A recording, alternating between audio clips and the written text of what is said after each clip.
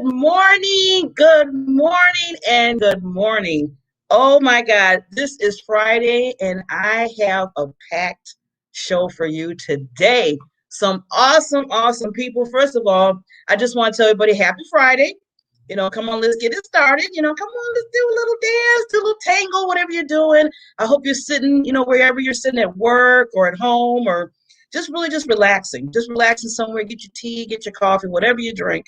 Hopefully not alcohol, but in some areas this night, so you might be drinking some alcohol here and there. So it's really up to you, wherever you're at. So good morning, good evening, and good afternoon. Because I know that this show started 2 months ago, it went global. So I'm just excited about that. There's our wonderful brothers and sisters, as I call them, because I feel like we're all family. I really believe that we're all family. Sometimes we don't act that way, but then sometimes we do act as family because sometimes we kind of go on the other side.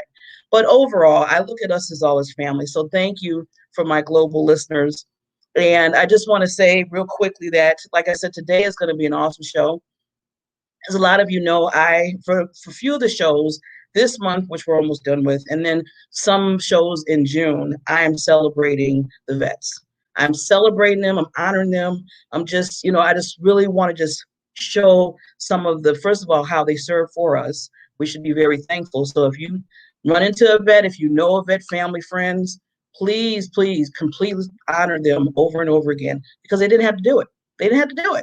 They put some of their life to the side and said, you know what, I want to serve for this country. So I'm doing that on some of the shows. And then for today, after I have two wonderful vets today, and then both of them from the Marines. This is kind of funny because I didn't even work it out that way. I didn't work it out. But next Monday is going to be kind of interesting because I have Army, some Air Force, and Marines. So I'm like, oh my God, do I need to get like a what do you call it, MP? But today we're going to have some good harmony, I know. And then right after that, we're going to have Mr. Dr. Michael Alexander. He is tremendous, a wonderful, over 25 years professional speaking, a witness, basically expert. So you're going to hear more of his story afterwards. So we have to start the show. Oh, I always want to give some kind of quote or something to think about. For today, for Friday, I want to do the 3 L's. And the 3 L's I kind of put up a lot is live, laugh, and love. So throughout today, throughout the weekend, remember the 3 L's. Live every moment, laugh every day, and love beyond words. So important. So remember the 3 L's, and I have it right here. See? Yep, there you go. And I have somebody else with me that's going to be helping me with the show. Now, a lot of people are going to look at this and say, okay, Barbara, you play with dolls, you're crazy. But I always had to have my Wonder Woman. I always had to have my Wonder Woman. Yeah, she sits with me all the time. She's always next to me, giving me that power, said, okay, Barbara, say this, do this. So she's my little mentor over here. So she's sitting right next to me. And with that, let's start the show.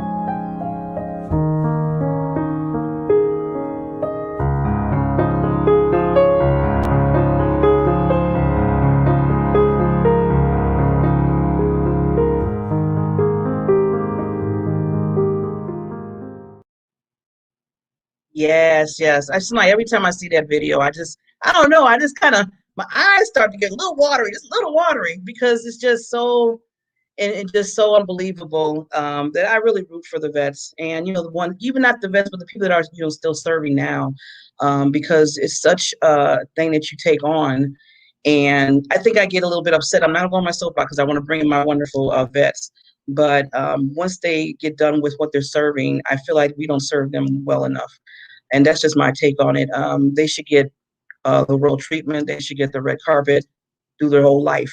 That's what I feel like, because they did something, a deed that some of us wouldn't even dream about doing. So, but with that, that's my take on it, and I'm going to stick to it. I want to keep on moving here. So I got to bring on Mr. Lee, Mrs. Lee and Robert on, but I got to do them right. I got to do them justice. I always want to bring on my guests the right way to give them their honor. So here we go.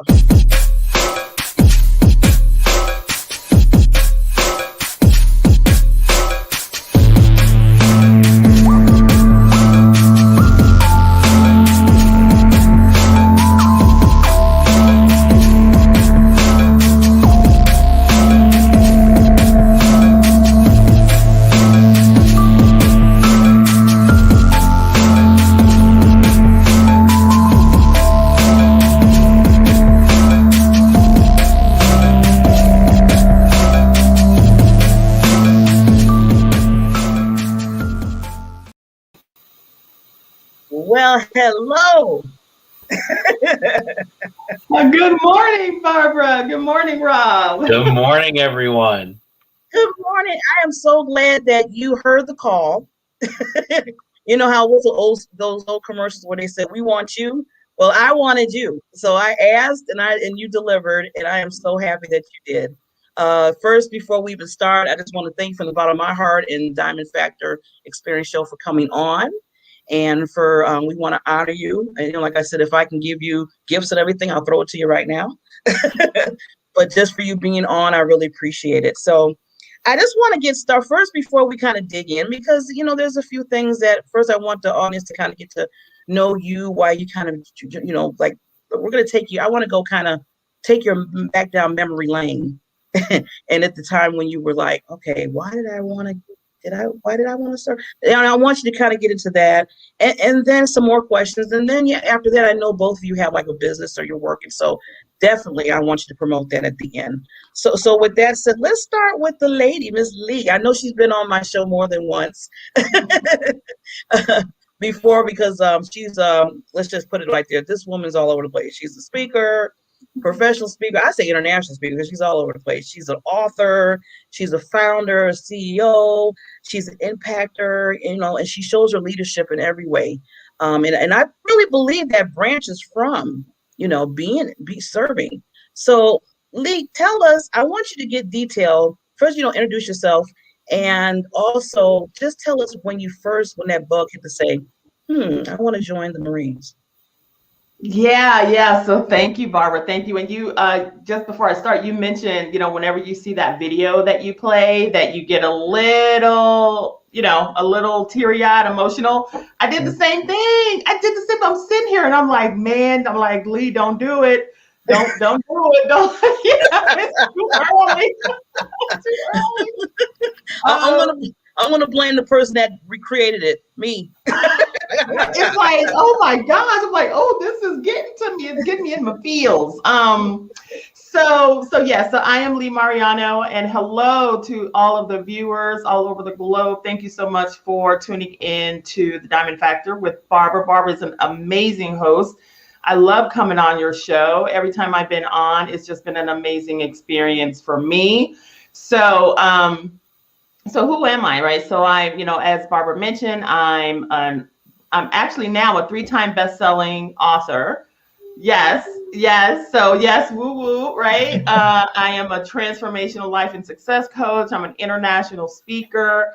I'm a C-suite executive. I'm a mom. I'm a nona. I'm a, so I wear all these many, many hats. And of course, I am a former U.S. Marine. So, so I do so many things, and really what part of my journey, and when I first knew that I wanted to join the Marine Corps, it was, way back in the day. where I was in high school. I was in high school and I had a choice to make on whether or not I had this dream of coming to, going to Hampton University here in Virginia, which I eventually ended up here, or going into the military. And growing up in Las Vegas, everyone expected me to go into the Air Force.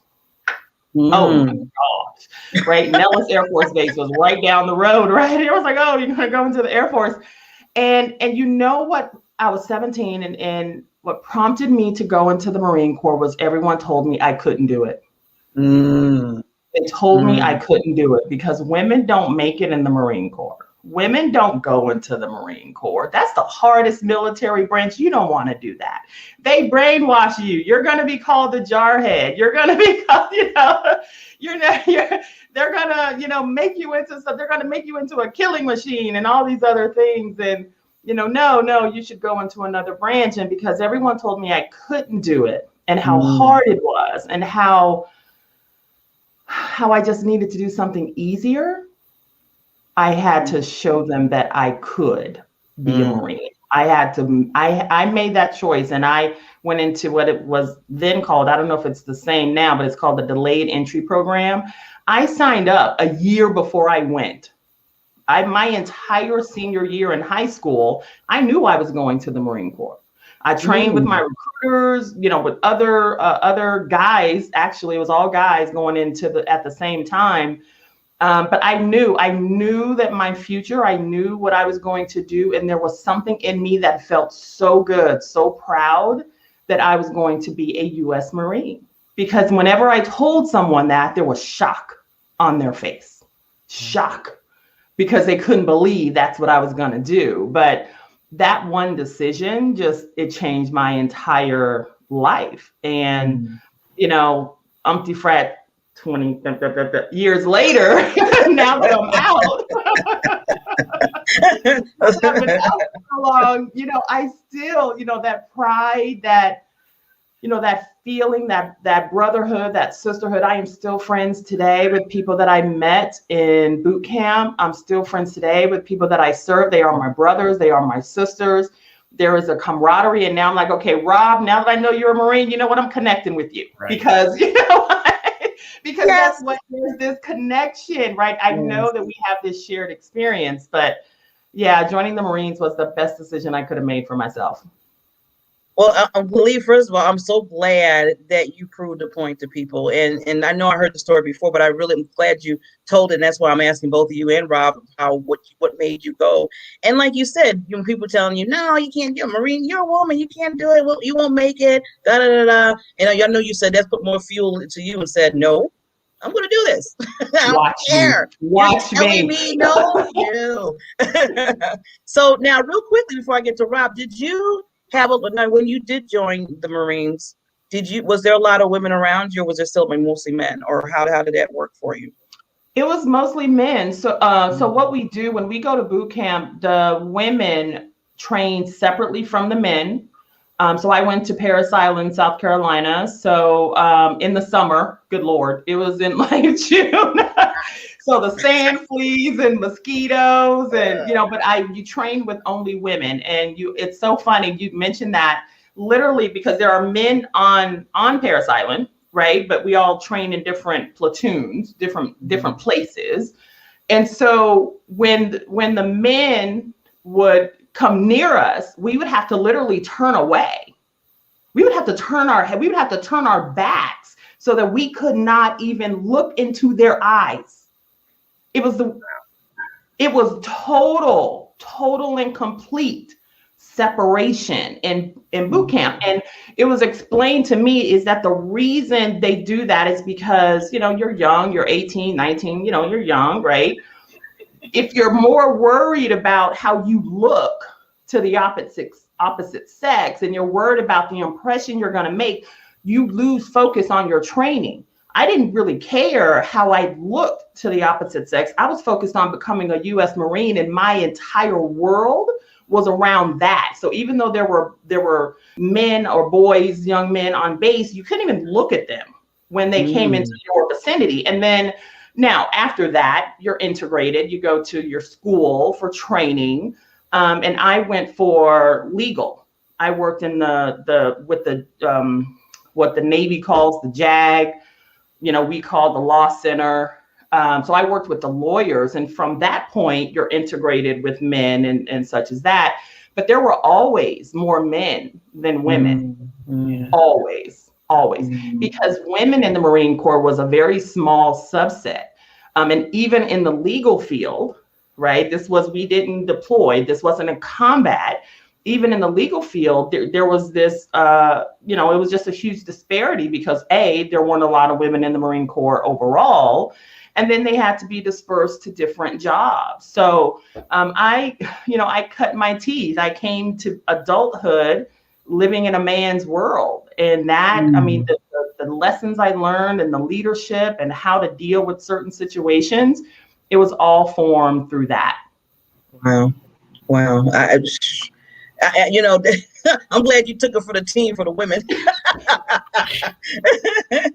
That's awesome, Lee. So Rob, I seen you doing a lot of nodding. I can see already the camaraderie, the certain things Lee was saying regarding the Marines, and since you both both were in the Marines, that you can probably say, yeah, yep, yep, yep. I remember that. So Rob, tell us, first of all, introduce yourself to us. I'm so glad that you're on. And tell us, what made you back then. I love the pictures. I pulled the pictures. I was like, I'm searching. Where's the pictures? There's Rob. So what made you just say, you know what? I just want to get into the Marines. Well, it's hard not to just echo everything that Lee said. There's this core character that apparently she and I share about, let's call it positive defiance, right? And we end up a little lost in our late teen years and wanting to do something. We want to go through a door. We want to go to college. We want to stand up on our own 2 feet, and we're not quite ready yet, right? Or that those doors aren't open for whatever reason. And for me, that was money for college, and I was desperately in search of freedom. I wanted freedom, and I had that defiant edge that she mentioned, where the quickest way to get me to succeed is to tell me I can't do something. And I had a little bit of pride, right? And I'm pretty much an optimizer. So once I decided I wanted to go in the military, that was how I would get my freedom, as ironic as that sounds. I went to all the recruiters. I talked to the Air Force. I talked to the Navy. I spent 2 minutes in the Army's recruiting office. And then I went in the Marine recruiter's office, and that was the uniform I could see myself being proud to wear. It was the standard that I always held myself to. That would be the next standard that I would pursue in that way. So I have to do the hard thing. I have to take the path less traveled. I have to challenge myself and do the thing everyone else says is crazy. It's too hard. You're going to die, right? I mean, they tell you all these horror stories when you tell them you're joining the Marine Corps. And yeah, those things can happen, and there is fallout, and probably Lee and I live with similar, lingering effects of our service. It happens. You come out a different person, positive and with some challenges. But I wouldn't replace that choice for the world. It helped me grow up, as she said. It helped me really figure out who I was, my true character, the opportunities for leadership in both a technical and personal way. Where else can a 20-year-old run a 60-person work center that's taking care of 20 $32 million helicopters, right? Just the scope of that authority that I had at 20 years old. Unmatched in the civilian world. No way anyone ever hands you those keys. So it's the ups and the downs, the best and the worst of things, right? The best moments of your life, the craziest stories you'll ever tell, almost dying and being drunk in foreign countries, and the camaraderie. it's an absolutely irreplaceable experience, and I wouldn't trade it for the world. So yeah, that's maybe my military origin story. It started out as wanting money for college, and it ended up a whole different thing. Yeah, it's really different when when you're younger and you're looking to see, okay, what am I going to do when I grow up, or what I'm trying to do, through trying to deal through things. And what you said, Rob, when you said you were looking for freedom, and that was interesting. And I think we all, when we were in our teenage and stuff, we were going through our different, like, okay, now we're about to graduate or whatever. What do I do now? I want to get away from the house, or I don't want to. I want to show. I want to prove. There's a lot of things going in your head at a young age. And between both you and Lee, you made a decision to say, you know what? I think I want to, do this and get my, because some people, like you said, they join because, of the education purposes of, making sure that other people join because they just really say, you know what, I want to fight for this country. I believe in this country. It's some both. I mean, it's a mixture. And that's why I always like to hear people's stories, because when you get to know what they do, why they did it, then you understand the individual even more, and you can appreciate you two even more. I mean, I already appreciate both of you, but just hearing that, and I love how you two are talking, but you're in the Marines, but you still understand each other. You don't even know each other, but you still understand each other. And I see the power of collaboration when you go into the to the Air Force. I mean, to the force. It's like, wow, it's like a whole different. It's like another family Yes. of a family. It's like you have your family, then you have Marines family. It's true. Or yeah. So that's awesome how that still, and it still seeps on even after you're out. I see a lot of that. People coming together. So I want to ask, because I know people have their moments. So when was a moment when you were still serving that kind of was a pinnacle for you to maybe learn something, to like just like a change, like a transformation? Can you remember like one moment when you were in the Marines that happened? I'm gonna start with Robert this time. A transformation. It's a crazy question because service in the military is so dynamic that every day It's a almost seems transformation. like it could be transformative, right? It's incredible. The let's talk about transformation, the weight of responsibility. Mm. It's really interesting in the Marine Corps when you're in a technical discipline, how you get qualifications that put you in sort of a position of responsibility. So you might become a qualified technician in this way or achieve a certification, and you get the ability to sign off on things and do certain things. That's a very different thing than achieving rank. You really don't understand rank until you get it and you see the world around you change and you feel the weight of that responsibility. So the transformative moment that I'm thinking of is when I became a sergeant of Marines and they pinned those chevrons on me. Now they only weigh a few grams on your collar, but the weight of the responsibility for other people in a holistic way. So when Lance Corporal so-and-so is complaining to me about how he doesn't have any formula for his infant, well, I am a sergeant of Marines. I make $32,000 a year. So I reach in my pocket and I hand him $20. I'm not rich,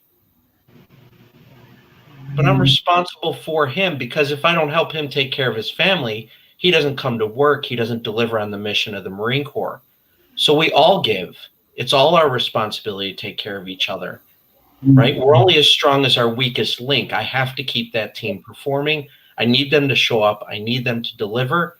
It serves the overall mission. So that transformative moment, and quite thankfully, I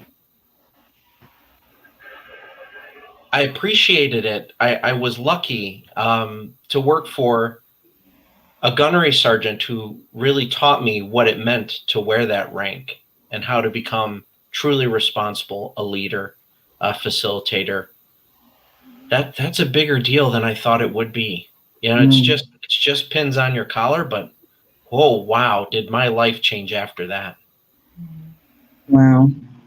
Wow. I'm just sitting in that, Robert, because, just the sacrifice, like you said, you weren't making that much, yearly, and you seen a need because you were that leader.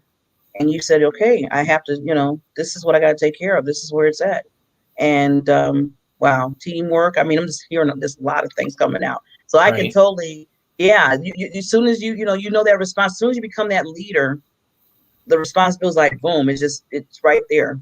And I'm glad that a lot of people. Some people don't take that seriously, and you took it to a whole nother level and said, no, this is serious. I have to make sure. I'm an example for the other, people that are serving. So awesome, Robert. Wow, wow. So Lee, with your, I know they're probably like Robert said, your transformation through the whole time that you're in. But is there like a pivotal moment that when you were in that kind of just said, this really kind of changed me in a certain way, or what have you? Yeah, yeah. And I'm sitting here trying to pinpoint one one moment. And I guess for me, what really changed for me is I was at Cherry Point, Marine Corps Air Station Cherry Point, which is in North Carolina. It's stationed within a little town called Havelock, which we called Have Not Nothing because it's so small. See, Rob is loving, Rob, Have Uh-huh. Not Nothing because it was so small. But while I was there, I was at the with the at the law center, and I was sent to it was at the time called the corporal's leadership course. Mhm. And it was this embedded course where I came out of the law firm, the law center, and I went to this course, and it was all about teaching us how to be a better non-commissioned officer, how to be a better leader, how to transform from the lance corporal who was an order taker to a corporal who was an NCO, a junior NCO, but an NCO nonetheless. And that course was so intense. It was so intense because it gave me what again, in boot camp, the Marine Corps is known for breaking you down from who you were and then rebuilding you into something better, someone better, right? That's the first journey you go through. And men go through something else where they then go to Marine combat training, or they used to, and then you go to your school training, and then you go to your duty station. And then you're just kind of chugging away. You're just moving and you're doing your job. But once you get promoted to corporal, you are now in a position of leadership over people you were just friends with yesterday. Like Rob mentioned, those memories of getting so drunk. You're like, man, I almost died that one time back in the day when we went to the bar and we went down to the beach, right? But then the very next day, you're now this NCO, and you're technically in a different role. You're in this different realm. You're now a leader or potential leader for them. And so what it did for me is it helped me shift my thinking into I can be a leader, but that doesn't mean that I leave my friends, my colleagues, my fellow Marines behind. It just means that my level of responsibility shifts. And that was my first, introduction into true leadership. The way you speak, the way you think, the way you walk, the way you respond, the way you react to every situation had to shift. And I'll tell you, it was difficult for some of my fellow Marines to start to see me as that corporal, as the new me when I came back, right? Because there's this sense of before I had that experience, I was just going along as I go along, right? You go along to get along, and things are just they're just moving along. But my NCOs, my gunnery sergeant, right, my master sergeant saw something like, Lee needs to, we need her to level up her leadership. And I applied. I wanted to go. I wanted this experience.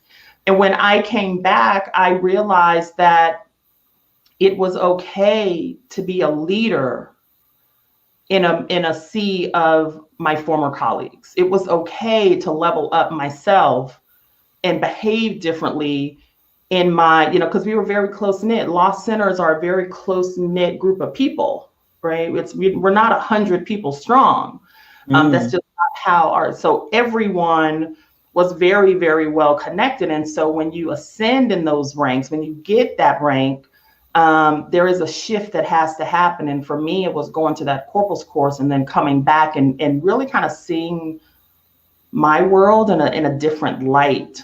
And when I got my E5, my sergeant, I was at that time at headquarters, U.S. Marine Corps in Arlington, Virginia. Henderson Hall is what it is called. And there was another shift. And one part I do want to say, and Rob made, but as a female Marine, ascending to those ranks where you still have men who now have to report to me, that's a challenge. So I've had to call a few Marines on the carpet, right? I've had to go behind closed doors and make sure they understand that my rank is non-negotiable, right?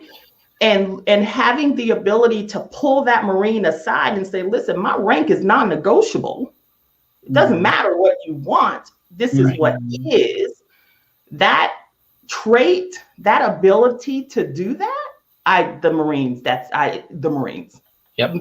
Right? Because you learn that you're, rank has its privileges, right? But rank is earned, right? You earn your rank. You do the work to earn your rank in Marine Corps.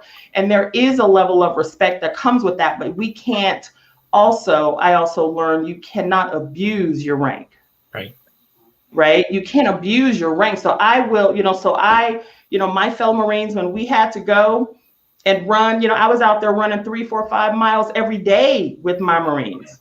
I would beat them. I had my first son when I was 19 at Marine Corps Air Station, Cherry Point. And 8 weeks after I came back, I was beating my Marines on the PT track when we were out there running, right? I'm like, no, you're not gonna, because I'm gonna show you that I am just as hardcore as you are, and I'm gonna show you by example. I'm gonna lead by example.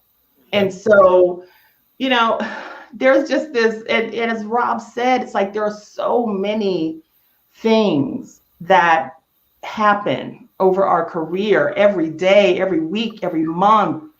That there are so many pivotal moments, but I say for me, it was really, kind of just, that corporal's course for me was really a turning point in how I perceived myself as a leader, how I looked at the world around me and knew, how I wanted to be, how I wanted to continue my career in the Marine Corps. And it was just, it was an amazing turning point for me. Wow. I'm just sitting here like, wow, I should have did this a whole hour for you too. This is just awesome. Just hearing the stories and the lessons learned and, especially at a younger age, some people young age, they were just like, I don't know what I want to do. And then they, just, ripping and running, whatever, getting a job, leaving a job, getting a job. I mean, it's just so awesome how, maturity level had to just kick in. And until this day, I see both of you still taking on those traits that you learned and still brought it in to your livelihood now. I mean, Lee, you're CEO of a company. Rob, you've been manager. And I was just about to say, wow, of different companies and leading and guiding people throughout. So thank you again for, first of all, like I said, coming on the show, giving your stories, some lessons learned to help the listeners. And that's why I wanted to bring that out, because I always want to give value to people that are listening. And I know you two were like the gurus of the leadership that being in the Marines taught you well. So before I end, I just want both of you just to kind of, tell people how they can contact you, because I know you're doing some things now, either coaching or, mentoring or what have you. So Lee, just tell them how they can contact you. Yeah, absolutely. So you can go to my website, alexadomcoach.com. That's the quickest way to get to me. You can see what's going on, and you can also email me at info@alexadomcoach.com if you are interested in talking further, whether you want to talk about your experience in the military, the Marine Corps, or whether you want to understand more about my coaching that I do for women. I am also today at 11 a.m. hosting a workshop on How to Color Outside the Lines and Live Your Best Life.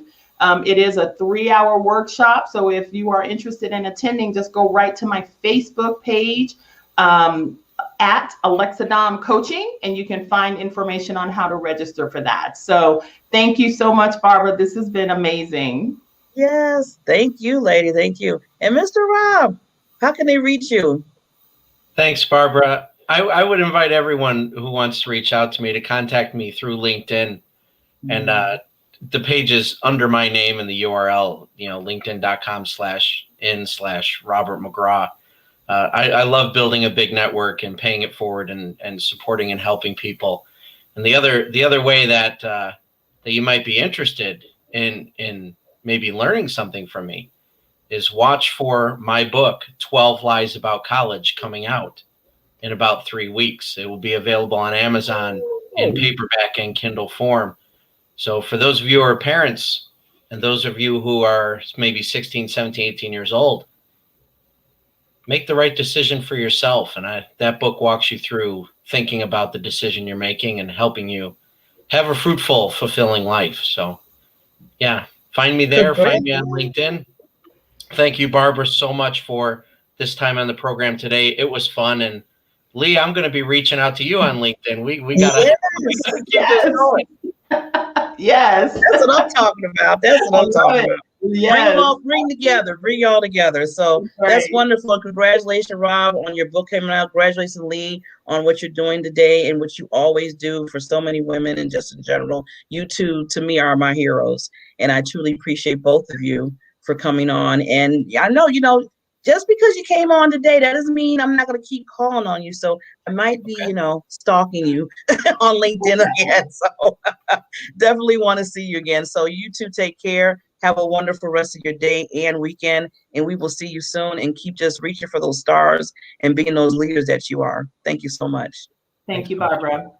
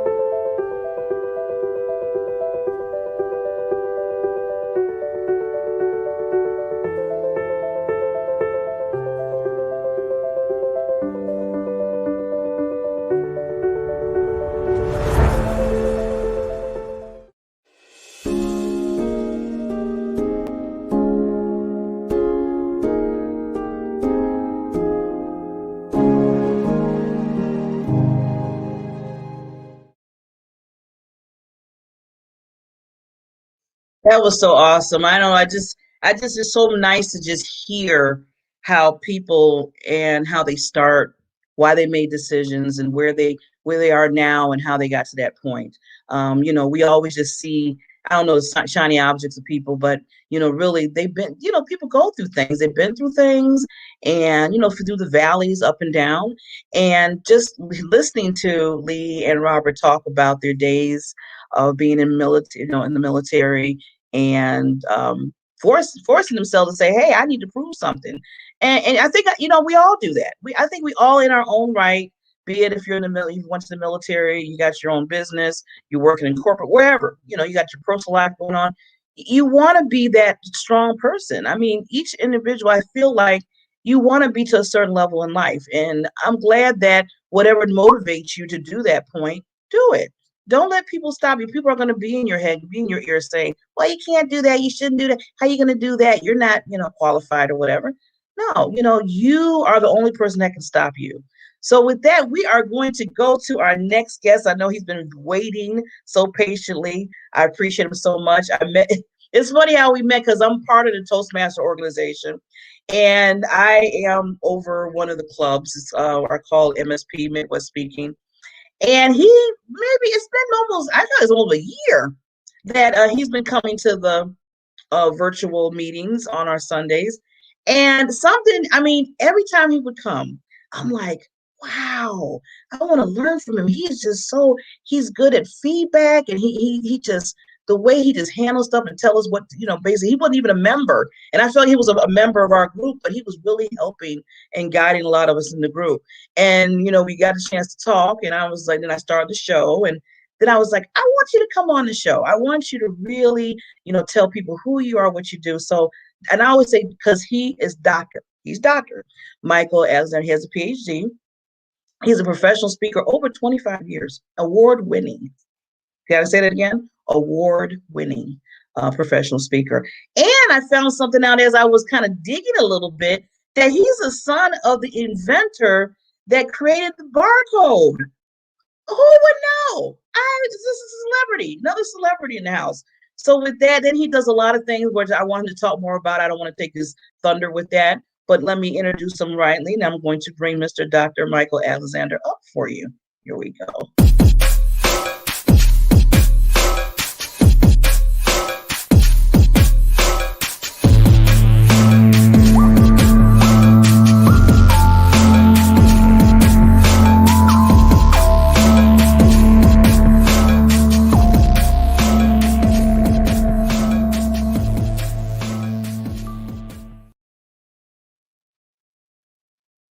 Hello, Dr. Michael. How are we doing?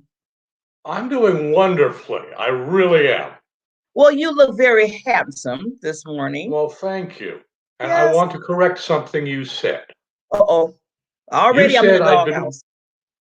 Not quite the opposite. Oh. You said I've been waiting very patiently.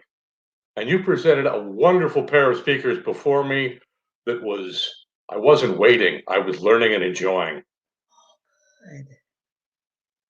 Awesome. I'm glad to hear that, because I know sometimes when you're in the virtual green room and you come right after like the first half of it, some people be like, okay, I've been here for that. So I'm so glad that you got a lot out of the vets that came on this morning. I did, and I'm not a patient person. Normally I would be complaining. Not this time. Well, not I want this to tell time. all of your members, all of your watchers, Barbara, that one of the things I love about you is you are such a good audience. Oh. And that adds power and ability to the people who are speaking to you. Thank you. So thank you. See, coming from you, Dr. Michael, it's in my heart. It really is. Like I said, I was saying earlier, when I first met you, and how you basically help. I mean, you helped me a lot in a lot of presentations that I've done and still doing. So thank you so much for doing that, because I tell people, listen to the ones that know. You've been doing this for a long time. Appreciate the people that are out there, the experts, and ask those questions. And sometimes they might be a little bit rough with you, but they're doing it because they want to see you grow. So I just want to thank you before we even start getting to know you a little bit more. So, Dr. Michael, I did find that little fact about you being the son of the vet. I said, oh my God, I didn't know that. See, you never know. You never know. So I always say, please just express like basically how you started professional speaking. I know you do problem solving. You do a lot of different things. So let's go back and kind of tell the listeners of how you started, what you do. Just introduce yourself. Thank you. Basically speaking, I am the third generation theater person. Now, it's always been community theater. There's no one professional on that background. But my grandfather was very active in community theater. My parents actually met in play shop in college. So I guess you could say that theater was in my blood before I was born. And then I found similarly it worked wonderfully well for me. I have my father's voice. I learned it. In fact, my mother could not tell us apart on the phone. Oh, wow. And there actually were a few conversations we had where I answered the phone. The person who was calling for my father. My father would later join the conversation, and I would drop off. And they would then call back about an hour later and say, "Is your father in?" Because they wouldn't realize they'd spoken to both of us. Oh my! Oh wow! You tricked them. So, so this is the sort of thing that drove me to want to be able to communicate well. Okay. And because of the fact that I think differently than other people do. Okay. My father taught me this. My father taught me Edward de Bono's lateral thinking. So he taught me different ways to look at things. And that meant I have observations and I have things that I do that are different than other people have. And that different way of thinking is, and I don't want to do the, oh, I can do everything, man. I'm the ultimate, but that led me to my father's invention of the barcode, and I helped him work on that very, very minorly. I was about 16 and I was just typing in computer code. The real stuff was all done before me, but I got to work on that. Yeah. When the little software company I was teaching for, because I got interested in computers early, got the contract to do the presentation of Windows at Windows World 1. The boss came to me and said, Michael, there's only one person in this organization who knows both the graphics interfaces, like the Mac has, and the IBM. And that's you. So I want you to do the presentation. Wow. So just, it was the right place at the right time, but I had enough general knowledge that I could work through. And then, to be honest, when I went to college, my father and I talked a long time about what would be the right career for me. And he spent 2 years coming home every week with Michael, let's look at this and see if it works for you. And then he said, come back again the next week with something different. Well, I started my career wanting to work on the environment and on, use my mathematical background. So I started as an economist. My first week, the Arab oil embargo happened. And I said, okay, here is an actual change in the situation that's never been seen before, a chance to learn. So I got involved in energy. So I took all of the experiences, and there are lots of others. Again, I could sort of meaninglessly boast on all the things I did, but everything is related. Everything, if you think about it the right way, you can change how you look at things and what you can do as a result. Yeah. So that's how I got started. Wow. Wow, doctor. So, I love because I was looking at your bio a few days ago, and I know you've done a lot. I mean, it seemed like the way, like you said, you communicate, you became this expert of like a problem solver, especially when it comes to, the witnesses, I mean, in courts and stuff and everything. So share a little bit of information about that. That was very interesting. I'm going to start off with one of the seminal experiences I had. And you mentioned my father, so I'm going to start with him and where the barcode came from, because it's really indicative. My father was contracting to the military.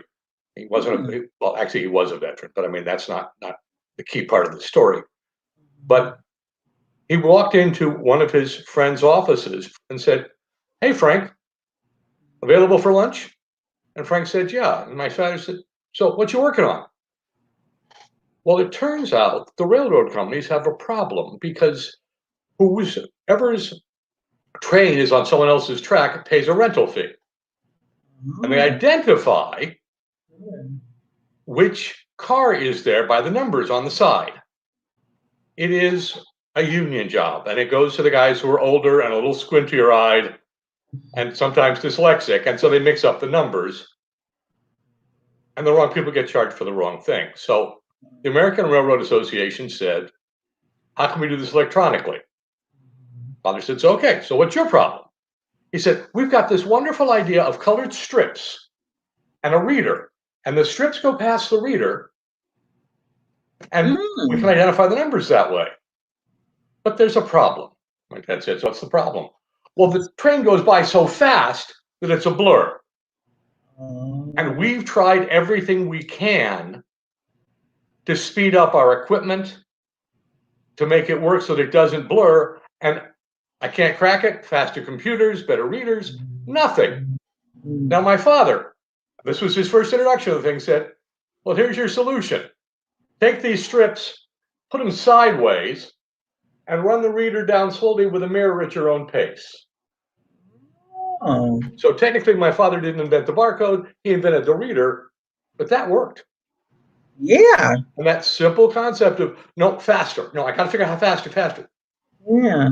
That's not how you do it. You say, how can I take the problem and And change turn the it focus to find the solution? find the solution. And that's Wow. how that was really, that started me on the whole thinking process, learning to Mm, think about things differently.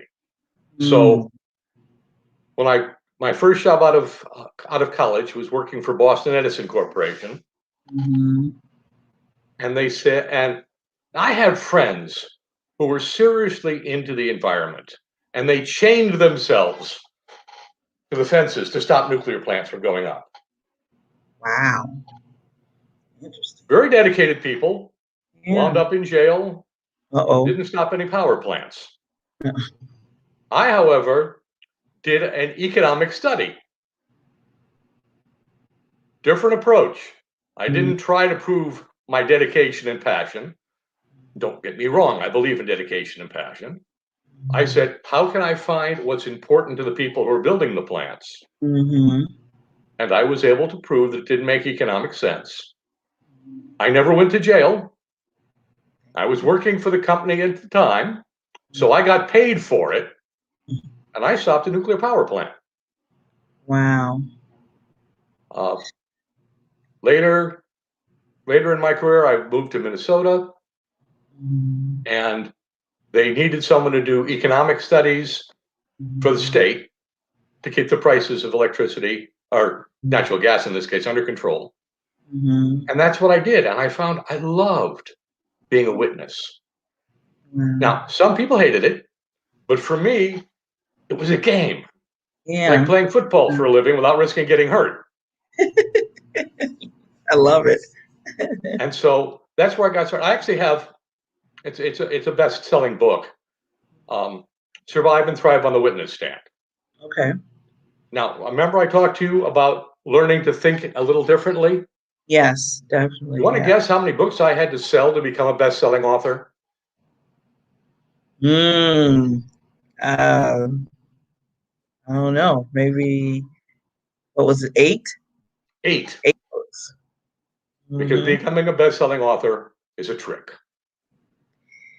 So I'm Yeah. proud. I shouldn't reveal that to you because you've got a lot of guests who are proud of the fact that they're best-selling authors too. But I'm not so much. Finishing a book you should be very proud of. Yeah.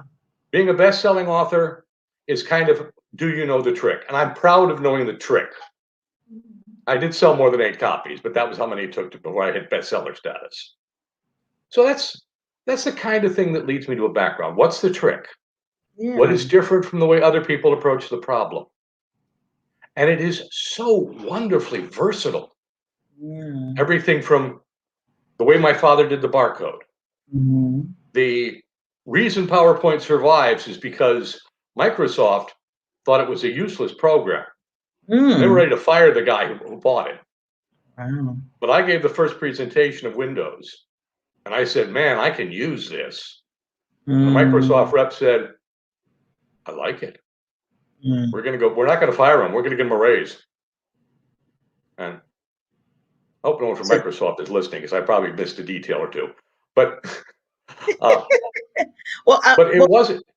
I I looked at it was differently than they did, and that made all the yeah. difference. Yeah.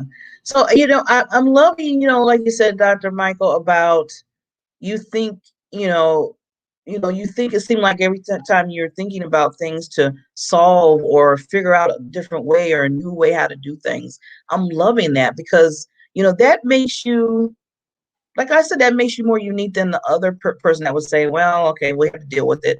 They don't think outside that box. Some people don't think outside, well, how can we get this done? Or maybe we need to change something different, or maybe we need to do something different or tweak something. See, it seemed like you're the type of person that would go there and just figure things out and see, this is all we had to do. And everybody's like standing there saying, that was it? That's all we had to do. And you're probably looking at them like, yeah, say you took the time out.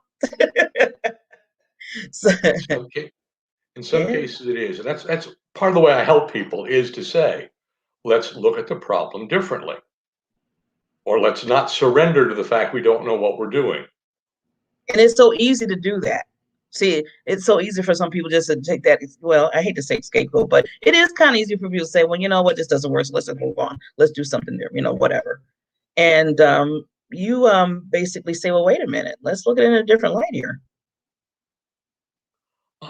As I said, and I think it was at your Toastmasters club, we are trained, and a lot of experts will go out there and basically tell you to study and focus in with laser focus on the problem. Well, if you do that, you're going to miss the solution, which is right over here. Closer than you think. Yeah. Because you're so doing this. You're just doing this. You're right. A musical group that I sing with wanted to do a parody of the Brady Bunch and that introductory thing. And our director, our musical director, turned to me and said, Michael, I don't know how to do this video editing. Could you do it for us? Well, to be honest with you, the right answer would have been no. But I can't do that. Instead, I said to myself, how do I do it? And so I didn't just use a video editor. I used PowerPoint to pull things in. And step by step, I said, what do I know how to do? And how do I make that work? And so many people are so busy starting from scratch and trying to, they never say, what do I already know how to do? How is that useful? So, I'm glad you said that, Dr. Brown, because I always say that too. I said we all have our own like gifts and talents in us, and a lot of times we kind of put it to the side because we don't really look at the fact that, hey, what do I have that might help in this situation? Because we be so, like you said, that focus of the problem. I know when I'm at work, a lot of times, when there's, because there's going to be problems pop up or what have you, and everybody's like, oh my God, this happened. How did this happen? They're just over, and I'm standing there. Well, now on Zoom, I'm looking, and I'm sitting there like, okay, that's the problem. Now let's find a solution. I mean, and people get really annoyed with me sometimes because I'm like, time is of the essence. And I'm not going to sit here for 2 or 3 days, keep repeating what the problem is. We know what the problem is. Yeah. I've used that when I speak about things like racism. I use as a basis. We know there's racism. Yeah. And if you don't, you're probably not going to listen to me. Let's talk about how we solve it, how we work on it. Yes. And one other example, you talk about problems at work. My wife and I have a deal. And the deal is, it's my fault. And I'm the one who came up with this deal, by the way. But we never spend any time saying, it's your fault. No, it's my fault. No, it's your. That doesn't help anything. By saying it's my fault, we say, okay, that's done. Now, how do we solve it and keep it from happening again? Even now, this is not, I'm loving this, Dr. O. Even if it might be her fault, you still say it's your fault? That's right. Now, when we talk about how to solve the problem, sometimes the answer is, sweetheart, it would help me not make this mistake again if you would remember to open the garage door before you back the car out. But it's still my fault. I love it. But it's so you've been taking the brunt of your fault, even though, like you said, sometimes it wasn't. But the way how you turned to get it done, like you said, the solution, it went right back to, okay, maybe if you do this, it will help me. You even said it will help me if you so still make us feel good as women. Wow. So you probably haven't had a lot of arguments at all. You probably just, you've been really good with handling your, any kind of issues that pop up. We have a wonderful, flawless marriage. Yeah. And are there any other lies you would like me to tell you? Well, I know there's going to be some, but you learn how to handle it better than because I'm interested in the solution. Yeah. And I'm not interested in my motto: change the focus, find the solution. Yes. Well, I'm so with you on that. So with you on that. And then sometimes, like you said, even though you said we're focused on the solution, not the problem, then you have people that want to be focused on the problem. And that's where the problem comes in, because they want to talk about the problem. And you're in their mind like, no, we know what the problem is. Like you said, let's go in back real quickly to racism. It's been a problem for how long, Dr. Michael? How long? It's been a long time. Long time. Well, which So race is discriminated against has changed, yeah. but let's face it. I mean, I'm Jewish, and we've been dealing with anti-Semitism for 5,000 years. It's still there, but there are things that I can do to help individuals learn a little bit more, feel more comfortable, and I want to do those. And as the races change, the situations change, the location changes. Yeah. Yeah. I mean, the solutions that work in Chicago because of the way Chicago is isolated are very different than the solutions that work out here in Los Angeles. Yeah. Definitely. But for me, when I'm talking about it, to talk about the number of people who are attacked, to talk about the number of that's there, we know it's there. But to stay and said, how can I take an individual or a group and convince them that Blacks, Asians, Jews are not a threat? Now, they may be different. I'm not going to deny the differences. Different. Absolutely. Yeah. And you I can think learn that's from what those makes differences. that's what makes us great. Mm-hmm. I mean, I learn from you all the time, Dr. Michael. Yeah, I'm serious. What I told you, I learned so much from you, and I'm glad that you're part of my life in the Toastmaster realm and just us talking now. And see, I think about, I'm like, see I tell people what you're missing out when you just want to just stand on your own, with just your race.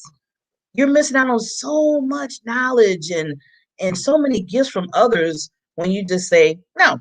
It's just let's miss. I hate to say make it great because that's going to talk about something I don't want to go there, but people can kind of understand what I'm talking about. And it's just like, really, no, no, no. So Dr. Michael, I want to I know that's a problem solving project that's going to be ongoing, ongoing, ongoing. But I'm glad that you are putting it out there to help us stop focusing so much on we know what it is and what can we do about it. And I'm loving that about what you do with that. So I think just educating people. I always tell people, I said, it's one thing to educate and get the knowledge. It's another thing to take action with that knowledge. So I tell people all the time, let's take some action, but do it in a way that is not gonna, hurt, harm, but just get your point across. And you can do that without doing, other things. Yeah. So And I believe Dr. in Mike, long run solutions, not short run solutions. yes. Yeah, That's they look like band-aids to me. Those just put a little band-aid. I'm like, no. we want more than that. So Dr. Michael, I want to usually with my when I interview, one thing I like to do is give you like maybe a 1 minute, just like over if you want to leave anything for the listeners. So what I do is I just take myself down for a minute, and I just want you to just just give something that some last words of wisdom that you have. okay. Thank you very much, Barbara. And hi, everybody. Thank you for being here. Thank you for listening, and thank you for listening to what Barbara has to offer. I am, as it said, I'm an expert witness coach. I am a speaker, and I'm a problem solver. And the purpose of all of those is to help you, my listeners, my coachees, learn to be better and stronger and get your messages out or solve your problems. Like my father did with the barcode, like I did with the power plant, like the people I've coached as witnesses.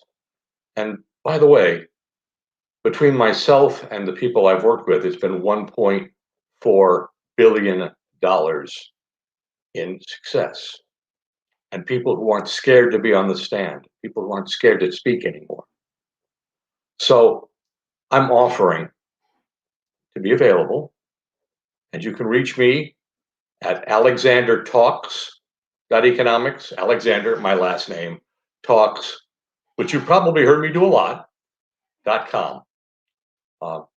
Or if you prefer Alexander Economics, because I'm an economist, .com.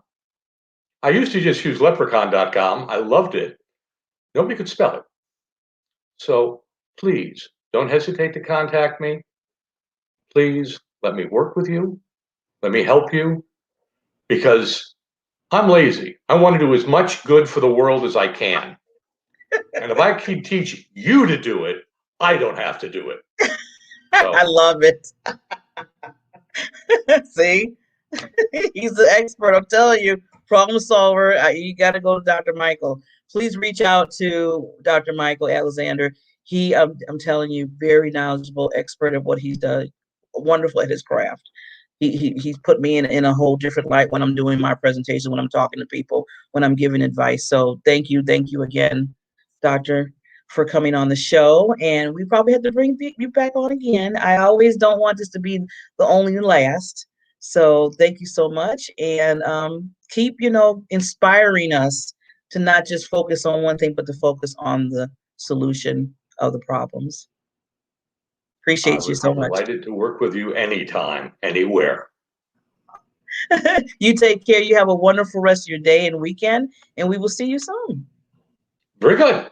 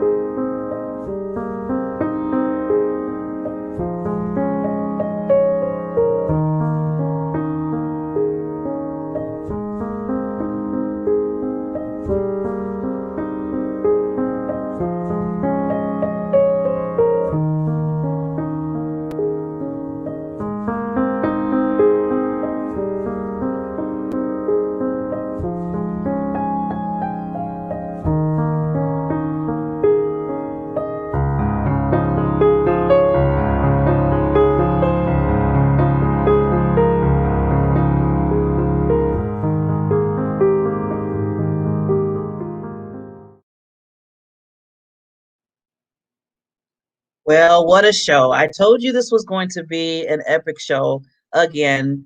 Two wonderful veterans that came on, Lee and Robert. If you did miss it, you can always look at the replay.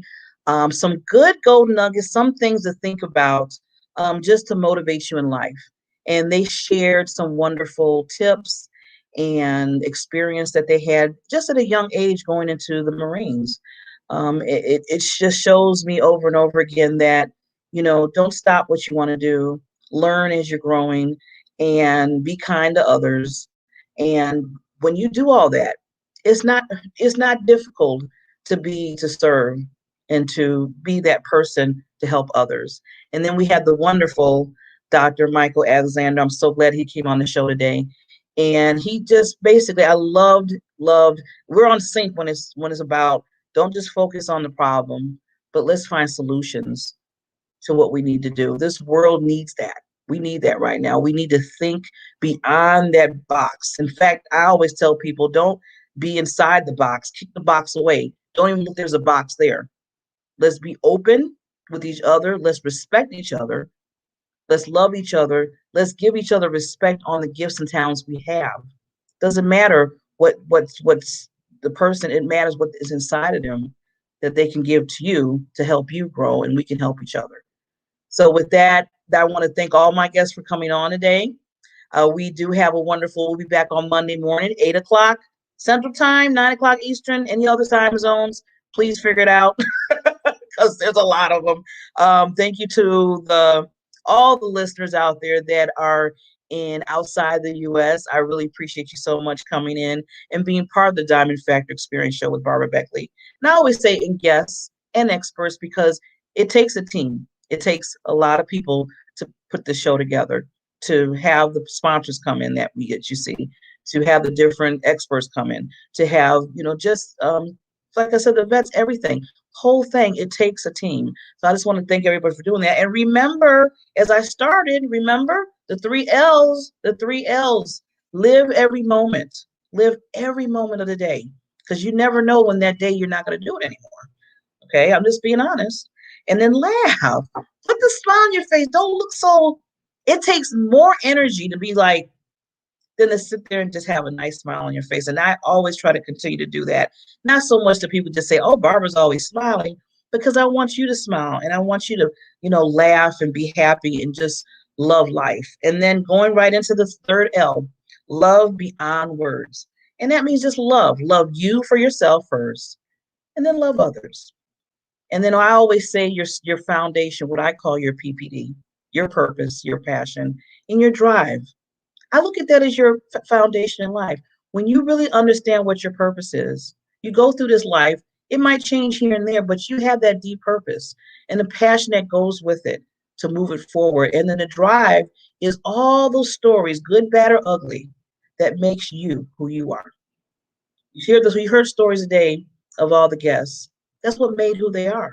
So that drives you to say, you know what?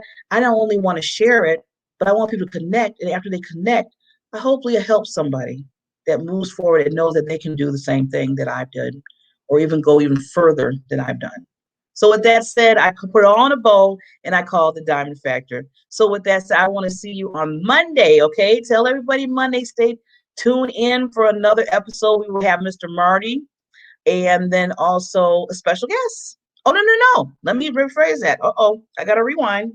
No, we have a special hour celebration, I call it. I know it's Memorial Day, but I'm bringing on six veterans.